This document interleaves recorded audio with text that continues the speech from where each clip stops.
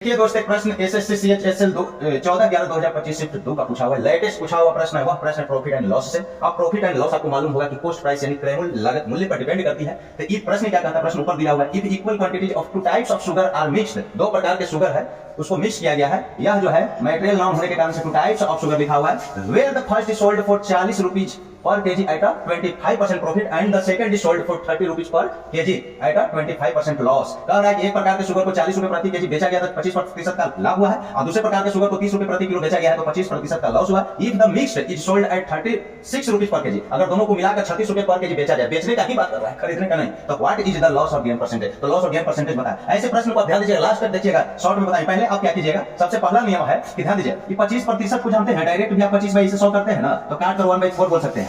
बेचने वाला चीज है, बेचा गया हमको, लाभ हानि निकालने के क्रम को विचार करना रहता है। यानी 4 वाला चीज कितना में बेच दिया, 5 में बेच दिया। 4 वाला चीज कितना में बेचा, 5 में बेचा। और इसी प्रकार से ध्यान दीजिए, यहाँ पर तब जाके प्रॉफिट हुआ नहीं, ठीक। लेकिन यहाँ पे क्या है, 25% लॉस। लॉस जैसे कहेंगे 4 वाला चीज कितना में बेचेगा, तो 3 में बेचेगा, तब लॉस है।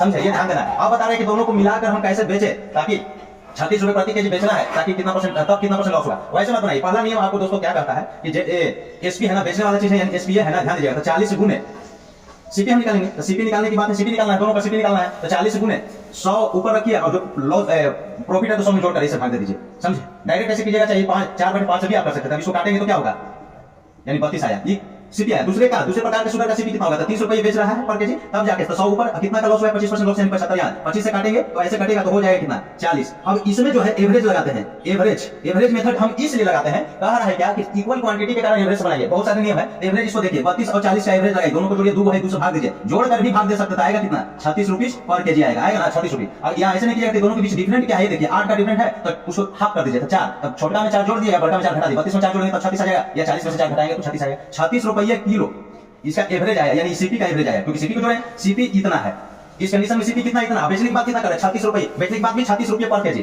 क्रय खरीद भी रहा है 36 से, बेच भी रहा है उतना, यानी इसका मतलब क्या हुआ, 0% लॉस एंड गेन, कोई ना तो लाभ हुआ ना हानि।